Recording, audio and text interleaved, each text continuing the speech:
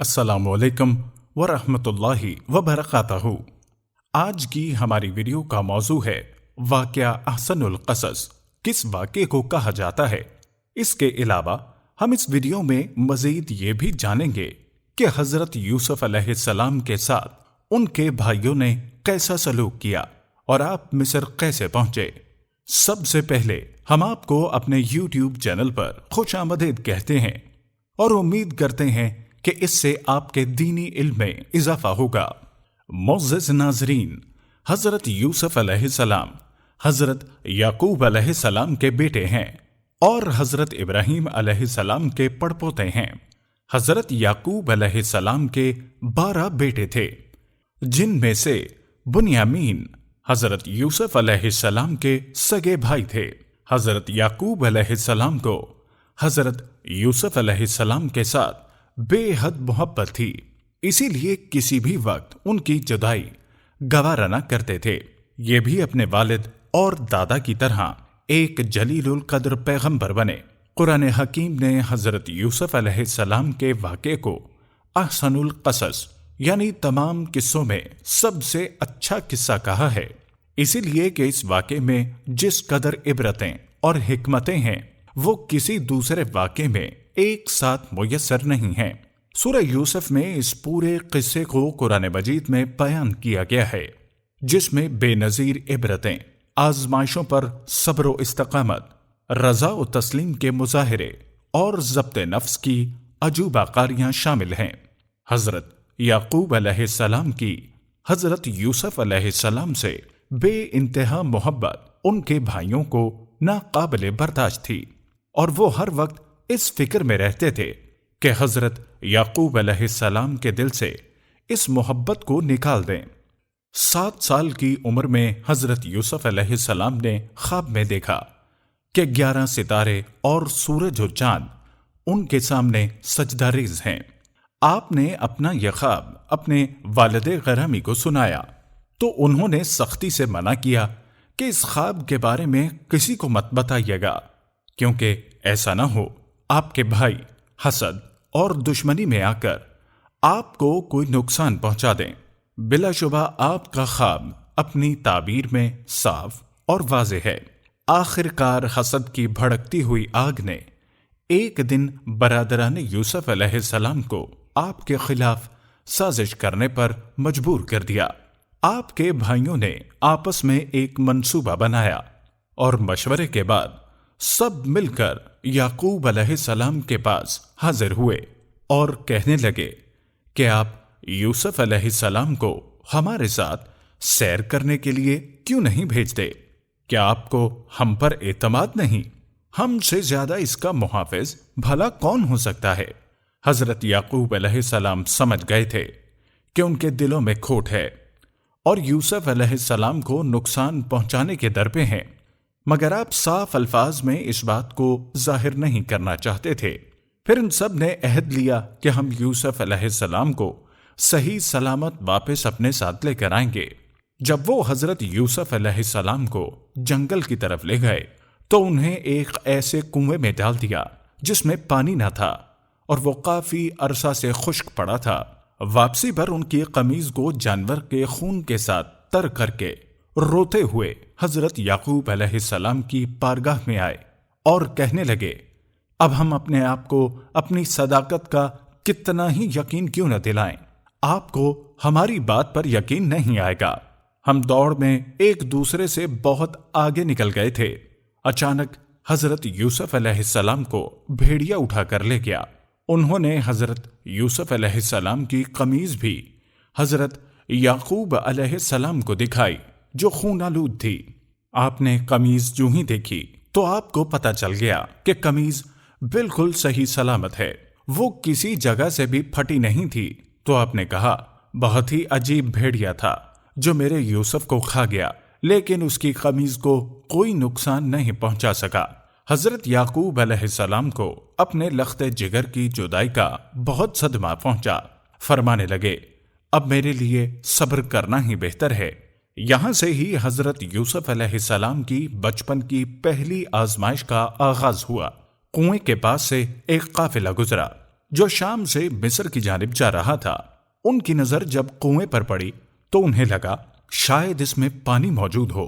پانی کی غرض سے انہوں نے ڈول کنویں میں پھینکا تو حضرت یوسف علیہ السلام اس میں بیٹھ کر اوپر آ گئے۔ قافلے کے لوگ بہت خوش ہوئے اور ایک دوسرے سے کہنے لگے، بشارت ہو، ایک غلام ہاتھ آیا ہے۔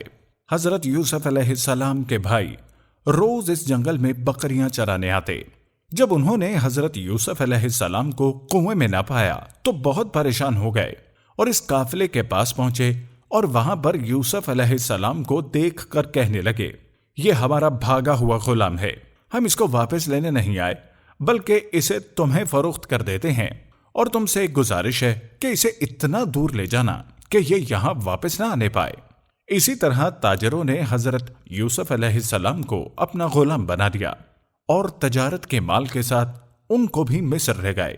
پیارے دوستو، حضرت یوسف علیہ السلام کی زندگی کا یہ پہلو اپنے اندر بہت سی عظمتیں رکھتا ہے کہ چھوٹی سی عمر میں والدہ کا انتقال ہو چکا ہے، باپ کی آغوش محبت بھی چھوٹی، بھائیوں نے بے وفائی کی، آزادی کی جگہ غلامی نصیب ہوئی، مگر ان سب باتوں کے باوجود نہ واویلا کیا نہ ہی گریہ زاری، بلکہ اللہ کے فیصلے پر راضی برضا مصر کے بازار میں فروخت ہونے جا رہے ہیں۔ اتفاق سے اس دن عزیز مصر بازار سے گزر رہا تھا اور اس کی نظر حضرت یوسف علیہ السلام پر پڑی اور اس نے معمولی قیمت دے کر ان کو خرید لیا۔ حضرت یوسف علیہ السلام کو اپنے ساتھ گھر لے گیا اور اپنی بیوی سے کہنے لگا، دیکھو اس کو عزت سے رکھو، کچھ عجب نہیں کہ یہ ہم کو فائدہ بخشے یا ہم اس کو اپنا بیٹا بنا لیں، پھر آپ اس محل میں پرورش پانے لگے۔ اس طرح عزیز مصر نے حضرت یوسف علیہ السلام کو غلاموں کی طرح نہیں بلکہ اپنی اولاد کی طرح عزت و احترام کے ساتھ رکھا، اور یوں اللہ تعالیٰ نے حضرت یوسف علیہ السلام کو مصر کے ایک بہت بڑے گھرانے کا مالک بنا دیا۔ اب وقت کی دوسری اور کٹھن آزمائش شروع ہوئی، وہ یہ کہ حضرت یوسف علیہ السلام کا جوانی کا عالم تھا اور حسن و جمال کا کوئی پہلو ایسا نہ تھا جو ان کے اندر موجود نہ ہو۔ عزیز مصر کی بیوی دل پر قابو نہ پا سکی اور حضرت یوسف علیہ السلام پر پروانہ وار ہونے لگی، مگر حضرت یوسف علیہ السلام جو خانوادہ نبوت کے چشم و چراغ اور منصب نبوت کے لیے منتخب کیے گئے تھے، بھلا ان کے لیے یہ کیسے ممکن تھا کہ وہ ناپاکی اور فحاشی میں مبتلا ہوں؟ اس بات کا علم شاہی خاندان کی عورتوں کو ہو گیا کہ عزیز مصر کی بیوی اپنے غلام کے ساتھ عشق میں مبتلا ہے۔ جب یہ خبر عزیز مصر کی بیوی تک پہنچی تو اس نے اپنی سہیلیوں کا انتقام لینے کے لیے ایک ترکیب سوچی، اور ایک روز اس نے ان عورتوں کو دعوت دی۔ جب سب دسترخوان پر بیٹھ گئیں اور سب نے کھانا کھانے کے لیے چھریاں ہاتھ میں لیں تاکہ اس سے چیز کاٹ سکیں، تب عزیز کی بیوی نے حضرت یوسف علیہ السلام کو حکم دیا کہ وہ باہر آئیں۔ یوسف علیہ السلام ملکہ کے حکم سے باہر نکلے تو تمام عورتیں جمال یوسف علیہ السلام کو دیکھ کر حیران رہ گئیں۔ وہ اس قدر متاثر ہوئیں کہ چیزیں کاٹنے کی بجائے چھریوں سے ہاتھ کاٹ لیے اور بے ساختہ کہنے لگیں، کون کہتا ہے یہ انسان ہے؟ بخدا یہ تو نور ہے۔ تب عزیز مصر کی بیوی بولی، یہی تو وہ غلام ہے جس کے عشق محبت کے بارے میں تم مجھ کو ملامت کرتی تھی، اب اس کو دیکھ کر تمہارا یہ حال ہے۔ مگر اس سب کے باوجود بھی عزیز مصر کی بیوی باز نہ آئی اور باقی عورتوں نے بھی ورغلانا شروع کر دیا۔ عزیز مصر کو یقین ہو چکا تھا کہ اس میں حضرت یوسف علیہ السلام کا کوئی قصور نہیں، لیکن پھر بھی اپنی بیوی کی عزت کی خاطر اس نے یوسف علیہ السلام کو زندان میں قید کر دیا۔ مگر حضرت یوسف علیہ السلام نے وہاں جا کر بھی تبلیغ دین اور توحید کی دعوت کا کام نہ چھوڑا اور لوگوں کو دین کا پیغام پہنچاتے رہے۔ حضرت یوسف علیہ السلام نے کہا، تم نے اس پر کبھی غور کیا ہے کہ جدا جدا معبودوں کا ہونا بہتر ہے یا اللہ کا جو یکتا ہے اور سب پر غالب ہے؟ تم اس کے علاوہ جن کی بھی عبادت کرتے ہو ان کی حقیقت اس کے سوا اور کیا ہے کہ وہ صرف چند نام ہیں جو ہمارے باپ دادا نے گھڑ لیے ہیں۔ ہم سب کا خالق و مالک تو صرف ایک اللہ کی ذات ہے۔ اس کے ساتھ ساتھ حضرت یوسف علیہ السلام زندان میں لوگوں کو ان کے خوابوں کی تعبیر بھی بتاتے جو بالکل صحیح ثابت ہوتی۔ اس طرح لوگ ان کے منہ طرف ہو گئے تھے۔ معزز ناظرین، حضرت یوسف علیہ السلام نے ہر آزمائش میں صبر سے کام لیا اور اللہ تعالیٰ کے احکامات کو کبھی نہ بھولے۔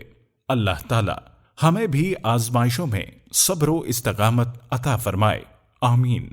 ہم امید کرتے ہیں کہ آپ کو ہماری آج کی ویڈیو پسند آئی ہوگی۔ اگر ویڈیو اچھی لگی ہو تو لائک اور کمنٹ سیکشن میں اپنے خیالات کا اظہار کریں۔ ہمارے چینل کو سبسکرائب کیجئے۔ اللہ پاک ہم سب کا حامی و ناصر ہو، آمین۔